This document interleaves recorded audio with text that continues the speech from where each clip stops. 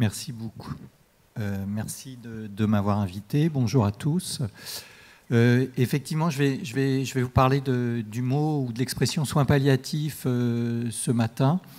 Je ne vais pas faire comme une page de dictionnaire, en fait. Je ne vais pas vous donner des définitions théoriques, mais en fait, je vais partir de comment ça se passe dans les pratiques, comment ça se passe sur le terrain, puisqu'effectivement, je suis médecin, mais je suis aussi chercheur, et je fais de la recherche qualitative, c'est-à-dire que j'utilise des méthodes de sociologie et d'anthropologie pour essayer de comprendre comment ça se passe, en faisant des observations participantes, c'est-à-dire en allant auprès des soignants et en observant ce qui se passe, et puis aussi en faisant des entretiens.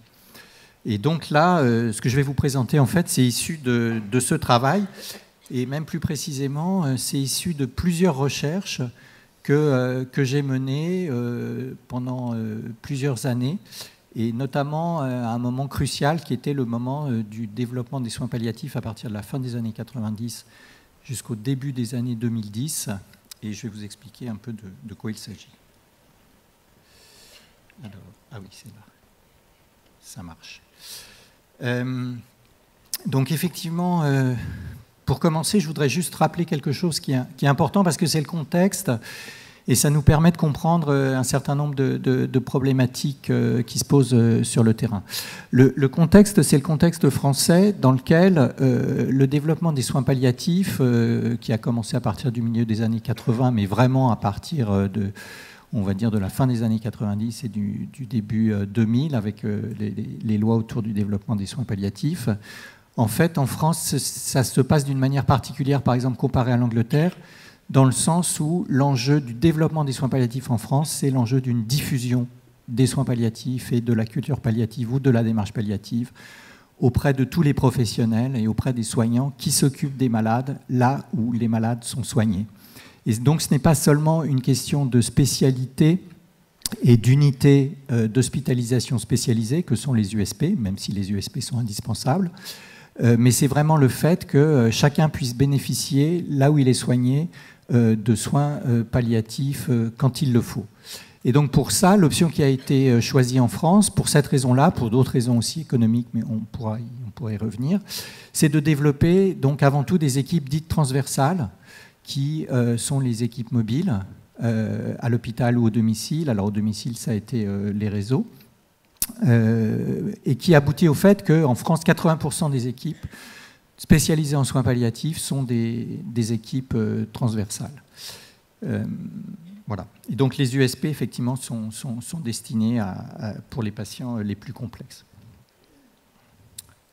Alors bien évidemment, la question c'est, une fois qu'on a dit ça et que les soins palliatifs se développent, comment ça se passe sur le terrain et en particulier, en tout cas pour moi en tant que chercheur, comment est-ce que finalement on comprend ce que sont les soins palliatifs. Donc j'ai mené avec d'autres collègues un certain nombre de recherches en sociologie, de recherches qualitatives, entre la fin des années 90 et en tout cas là les résultats que je vais vous donner, c'est sur des recherches entre la fin des années 90 et les débuts 2010, ce qui est important puisque c'est les débuts, en fait, c'est ce qui est structurant, qui est cette phase de développement des soins palliatifs avec cet enjeu de diffusion, qui fait suite, on va dire, à la phase des pionniers des soins palliatifs, qui était la phase des années 80 jusqu'à la fin des années 90. Donc il s'agissait en fait, dans ces travaux, de comprendre qu'est-ce que c'était que ces nouvelles pratiques. À l'époque, c'était des nouvelles pratiques, c'était des nouvelles équipes, c'était des nouvelles formes d'organisation. Et les soins palliatifs, finalement, c'était en quelque sorte un nouveau mot, en tout cas un mot récent pour la médecine et le système de soins. Donc pour faire tout ça, je ne vais pas rentrer dans les détails, mais c'est des enquêtes effectivement dites de terrain, des enquêtes socio-anthropologiques, où en fait on va vraiment aux côtés des personnes, des soignants, des professionnels, des patients, pour essayer de comprendre comment ça se passe et pour effectivement mieux analyser le développement des soins palliatifs. Donc, l'idée là, c'est de vous rendre compte finalement des analyses issu donc de plusieurs et de très nombreuses recherches qui ont été menées dans des domaines très variés de l'hôpital, notamment en suivant les spécialistes de soins palliatifs et les équipes mobiles, c'est-à-dire dans des services de spécialité très très différentes. J'ai beaucoup travaillé aussi sur la question du domicile, et donc j'ai aussi travaillé avec et aux côtés d'équipes de coordination de réseaux de soins palliatifs. Et puis j'ai aussi mené un certain nombre de recherches en dehors des équipes même, en allant voir directement les médecins des services qui faisaient appel aux équipes mobiles de soins palliatifs pour essayer de comprendre justement comment est-ce qu'ils concevaient la fin de vie des patients, la mort et du coup aussi ce qu'on entend par soins palliatifs. Et donc comme vous le savez, en fait, ça c'est des caractéristiques du langage humain. En fait, les mots sont polysémiques, c'est-à-dire que un même mot a plusieurs sens, et voilà, c'est ce qui fait aussi, d'une certaine manière, notre créativité dans le langage, et aussi notre créativité conceptuelle, notre créativité aussi dans les pratiques. Donc le fait qu'un mot n'ait pas une seule définition, ou une bonne définition, une définition stricte, en fait, c'est caractéristique du langage humain. Ce qui veut dire qu'effectivement, tout mot et toute utilisation de ce mot peut faire l'objet de transformations finalement qui sont plus ou moins importantes, de différences de sens en fait, suivant le contexte dans lequel ce mot est utilisé, et en fonction justement des questions importantes de ce contexte, et en fonction aussi de des personnes qui utilisent le mot même. Et là donc, ce que j'ai fait en fait, c'est que j'ai repris finalement les résultats de ces recherches qui avait un objectif global de compréhension des pratiques, pour m'intéresser plus spécifiquement au mot même soins palliatifs. Et donc j'ai regardé, en fait, dans les entretiens, dans les observations, finalement, qui prononçait ce mot, à quel moment et dans quel sens. Et ce que j'ai observé, et c'est le résultat de cette analyse, c'est qu'en fait, il y a plein de sens au mot soins palliatifs, vous le savez bien, mais qu'il y a des différences qui sont structurantes suivant qui utilise et dans le contexte en fait, dans lequel le mot est utilisé. Et les différences structurantes, qui est le principal résultat de l'analyse, c'est le fait que le sens du mot soins palliatifs n'est pas le même suivant que ce sont les spécialistes de soins palliatifs, et en l'occurrence là c'était le travail sur les équipes transversales, donc les membres des équipes spécialisées en soins palliatifs, les professionnels de terrain qu'on peut dire référents ou de première ligne, ou alors les patients et leur entourage qui utilisent ce mot de soins palliatifs. Donc là, ce que je vais vous exposer finalement, c'est les conceptions dominantes, suivant ces types d'acteurs, du mot soins palliatifs. Comment est-ce que finalement ils utilisent le mot soins palliatifs et qu'est-ce que cela veut dire derrière? Alors on va commencer par la manière dont le mot soins palliatifs sur le terrain, dans les pratiques, dans ces travaux de recherche, était utilisé par les professionnels référents. Je vais commencer par une citation en fait d'un interne qui parle d'une patiente en oncologie, en oncologie neurologique, et qui parle d'une situation d'une dame qui se trouve dans le coma. Et il dit, si elle ne se réveille pas, elle passera en soins palliatifs. Mais là, on est dans une phase aiguë. Donc pour le moment, elle n'est pas soins palliatifs, ce n'est pas une patiente soins palliatifs. Et quelques jours plus tard, en fait, la patiente est toujours dans le coma, sa situation s'est aggravée, et donc on va arrêter la chimiothérapie. Et donc, le même interne va nous dire, ça se confirme, elle est en soins palliatifs. On a vu la famille. Alors qu'est-ce que ça nous apprend, cette citation et cette situation? C'est tout d'abord que, et ça on observe ça dans le cadre de nos recherches, que ce sont les référents, justement, les professionnels référents, et les médecins particulièrement, qui, du fait de leur place dans la prise en charge, du fait de leur savoir médical, du fait de leur connaissance du cas particulier du malade, décident et peuvent arrêter les traitements, le moment adéquat d'arrêt des traitements. Et donc, eux seuls, à ce moment-là, de leur place de référent, en responsabilité du malade, peuvent étiqueter le patient comme étant soins palliatifs. C'est quelque chose qui relève de leur responsabilité professionnelle, puisque ça relève de leur décision thérapeutique. Et donc, ils vont dire à ce moment-là, à ce moment d'arrêt des traitements, et c'est dans ce sens-là qu'ils vont utiliser le mot, que le patient va passer en soins palliatifs. Donc on passe en soins palliatifs, ça veut dire que soins palliatifs, là, en l'occurrence, désigne une phase temporelle et une séquence particulière de la trajectoire de maladie. Et donc on passe d'un type de soin à un autre, dans ce modèle-là, curatif à palliatif, qui finalement augure le passage à un statut thérapeutique de malade incurable. Donc, soins palliatifs va désigner cette séquence de la trajectoire de maladie, qui est une séquence temporelle, selon le fait, effectivement, que le patient passe en soins palliatifs, selon que le patient est en soins palliatifs ou n'est pas en soins palliatifs. Et il se trouve que, comme c'est l'arrêt des traitements d'une maladie incurable, c'est donc la séquence finale. C'est donc la séquence finale et la perte définitive de l'espoir de guérir, ce que dit le mot incurabilité.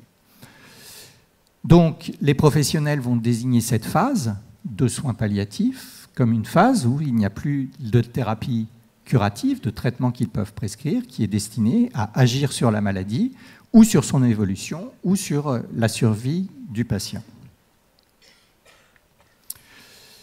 Donc, ça veut dire que quand on parle de soins palliatifs dans ce sens-là et qu'on la voit comme une phase d'absence de thérapeutique qui agit sur la maladie, ça a plusieurs conséquences. La première conséquence, c'est que finalement, ce terme de phase de soins palliatifs et de soins palliatifs, c'est un synonyme de l'abstention médicale, qui consiste donc effectivement, du point de vue thérapeutique, en une attitude passive. Si ce passage, justement, en soins palliatifs est tardif, au moment de la fin, ou presque de la fin, ça veut dire que pour les équipes qui sont spécialistes de soins palliatifs et qui peuvent intervenir à ce moment-là, puisque le patient est officiellement en soins palliatifs, le temps va être très court pour une prise en charge, pour avoir le temps de développer une prise en charge adaptée. Et enfin, si c'est très court ou trop tard, on ne va plus avoir finalement qu'à gérer l'agonie, qui est des situations que j'ai souvent observées, justement, quand j'étais sur le terrain aux côtés des équipes mobiles. Donc en synthèse, soins palliatifs, dans ce contexte-là, renvoie donc à une phase de la trajectoire de maladie, une phase qui est définie en négatif, c'est-à-dire une phase qui est vide de traitement et pouvant avoir une action efficace sur la maladie, ce qui va rejoindre une définition commune péjorative du mot palliatif, qui est en fait un substitut par défaut de solution et un remède qui finalement ne traite pas vraiment le problème. La deuxième perspective, c'est celle des spécialistes de soins palliatifs. Alors là, je vais reprendre aussi un extrait d'entretien avec un médecin de soins palliatifs qui m'explique en fait ce qu'il entend par le mot soins palliatifs. Donc il me dit, les soins palliatifs, ce sont des soins continus, on fait du symptôme, il y a de la place pour l'anticipation, c'est le soin continu. Cela ne me choque pas de prendre en charge donc, les patients quand les gens ont encore de la chimio. Cela me choque que l'on me refile les patients quand le chimiothérapeute ne sait plus quoi faire. Une chose choquante, c'est quand on est appelé juste, et en fait, le médecin se tait et sous-entend qu'en fait, c'est pour la toute fin, c'est-à-dire l'agonie et la mort. Alors là, qu'est-ce qu'on voit ? On voit que finalement, pour ce médecin, ce n'est pas la phase temporelle de la trajectoire qui importe. Il dit « Cela ne me choque pas de prendre en charge quand les gens ont encore de la chimio ». Donc finalement, ce qui n'était pas défini comme étant le fait que le patient est en soins palliatifs puisqu'on est avant l'arrêt des traitements, lui, ça ne le choque pas en fait de s'occuper du patient à ce moment-là. Parce qu'en fait, il va mettre l'accent sur quoi? Il va mettre l'accent sur ce que l'équipe fait, c'est-à-dire sur son action, et non sur une définition négative par absence de traitement.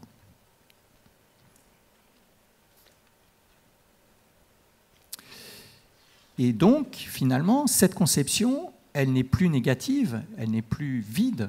C'est une conception qui va recouvrir une action, et une action même active, thérapeutique.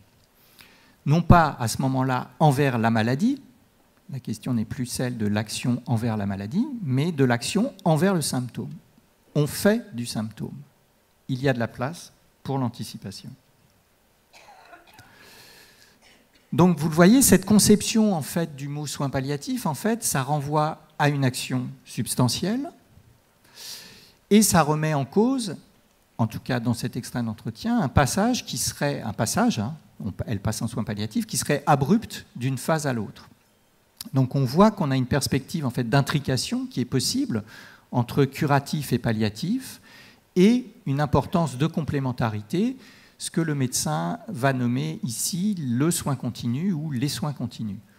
On fait du symptôme, il y a de la place pour l'anticipation, c'est le soin continu. Il y a une continuité des soins finalement avec une intrication possible entre cette dimension des traitements curatifs et des traitements palliatifs. Et donc l'enjeu, c'est vraiment effectivement pouvoir s'occuper des malades avant l'arrêt des traitements curatifs et aussi avant la toute fin de vie. Donc cette conception des soins palliatifs, on fait du symptôme, elle va ancrer finalement ces équipes dans la médecine, puisqu'en fait on voit qu'il y a un corpus finalement pour faire un corpus de savoir, de savoir-faire, de connaissances. Ce travail sur les symptômes va permettre de mobiliser une démarche qui est la démarche médicale, de diagnostic, de traitement, de résultats, et va replacer finalement les spécialistes de soins palliatifs dans le faire qui est extrêmement important en médecine, comme vous le savez tous, on fait. Et donc, ce qui veut dire qu'à ce moment-là, les spécialistes de soins palliatifs, les membres des équipes, peuvent traiter les problèmes, peuvent proposer des solutions dont on pourra évaluer l'efficacité. Alors là, c'est un autre extrait d'entretien avec une infirmière d'équipe mobile qui dit « Elle n'a pas le profil d'une patiente de soins palliatifs, elle n'est pas symptomatique ». Donc vous voyez qu'en fait, on est passé là entre les professionnels référents qui disaient « Les patients sont en soins palliatifs, ils sont en phase de soins palliatifs » à « C'est une patiente de soins palliatifs ». Donc on est passé à en soins palliatifs à de soins palliatifs. C'est-à-dire, en fait, une patiente de soins palliatifs, c'est une patiente qui présente certains problèmes qui nécessitent une approche qui est spécifique. Et cette approche spécifique, effectivement, est sous-tendue par une expertise qui peut être diffusée, qui n'est pas forcément réservée aux spécialistes de soins palliatifs, mais qu'en tout cas qui nécessite cette approche spécifique, des connaissances, des savoir-faire, des savoir-être, des compétences de communication, des modes d'organisation particuliers, des valeurs, des attitudes, etc., etc. Et qui donc permettent de parler de soins palliatifs et non pas de phase palliative de la maladie. Et le mot symptomatique, là c'est juste un complément pour préciser que ce mot symptomatique ne fait pas uniquement référence éventuellement à des symptômes physiques ou des dérèglements corporels ou à la douleur, mais aussi à tout un type de problèmes ou de situations problématiques psychologiques et sociales. Donc les soins palliatifs sont vus comme actifs, non pas passifs ou compassionnels. Et cette définition, elle va s'inscrire dans une division, une opposition entre des soins actifs sur la maladie et des soins tout autant actifs sur les symptômes. Et on n'est plus dans la division précédente, qui est exposée dans la première partie, entre une phase d'action et une phase d'abstention. Donc en synthèse, on peut dire que dans ce contexte, soins palliatifs renvoie finalement à une approche spécifique qui n'est pas obligatoirement spécialisée, donc dont j'ai parlé, les connaissances, expériences, etc., etc. Ça renvoie à une prise en charge qui est active, qui est efficace, qui est inscrite pleinement dans la médecine, et ça renvoie aussi à une prise en charge de problèmes pluridimensionnels. Le troisième résultat que je voulais vous exposer, c'était la conception des soins palliatifs selon les patients et leur entourage. Donc là, à nouveau, des citations d'une mère d'un patient qui explique que, en fait, donc on lui a expliqué que son fils était en soins palliatifs et elle l'a appris en fait elle l'a appris en fait en lisant un document qu'on lui avait donné. Et elle a dit qu'elle était en colère en lisant soins palliatifs. Pour moi, c'était synonyme de mort immédiate. Et là, c'est un autre médecin de soins palliatifs qui explique qu'en fait, il est rare qu'en équipe mobile, on se présente d'emblée comme soins palliatifs. J'ai peur de la réaction des gens. Parfois, c'est très clair, c'est super clair. Tu prononces le mot soins palliatifs et ils deviennent tout verts. Ils n'avaient pas compris. Ils mettent autre chose que moi. Pour eux, soins palliatifs, cela veut dire fin de vie, phase terminale. Entendent soins palliatifs, ils entendent je vais mourir. C'est très proche. Et effectivement, dans tous les travaux de recherche sur lesquels je me suis appuyé pour cette présentation, en fait, et c'est aussi symptomatique de l'époque, hein, fin des années 90, courant des années 2000, l'incurabilité de la maladie et donc implicitement la perspective de la mort n'était pas souvent évoquée par les médecins référents en charge des patients. En effet, les référents en fait, craignaient que parler de soins palliatifs et du coup appeler une équipe de soins palliatifs en disant qu'elle était spécialisée en soins palliatifs, donc que ce passage en fait, ne dévoile en fait la réalité, c'est-à-dire le fait que la maladie effectivement était devenue intraitable et que de ce fait, la perspective de la mort pouvait être dévoilée. Et donc, il fallait mieux se taire, en fait. Donc, on va avoir un principe de prudence quand on est dans une équipe transversale et qu'on arrive, qu'on ne sait pas trop ce qui a été dit ou pas dit au malade et ce qu'il a compris ou pas compris.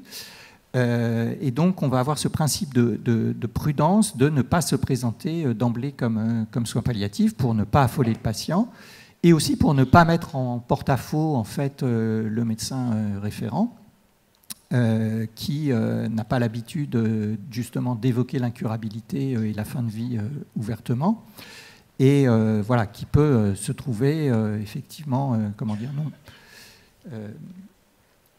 oui, dans une posture peu confortable, si ce n'est avoir l'impression d'être trahi, puisque l'équipe de soins palliatifs va dévoiler quelque chose qu'il cachait. Donc là, vous voyez que le mot soins palliatifs, effectivement, est un équivalent du mot mort, avec le risque d'entretenir un cercle vicieux. C'est-à-dire que si pour être admis à intervenir et si pour pouvoir intervenir, on doit se conformer à une politique du non-dit, c'est-à-dire du silence quant à l'intraitabilité et à la perspective d'une fin de vie, ça va encourager finalement à reporter le dévoilement du caractère palliatif de la prise en charge à la toute fin, quand on ne peut plus faire autrement. Et ça va encore renforcer finalement l'équivalence entre soins palliatifs et mort.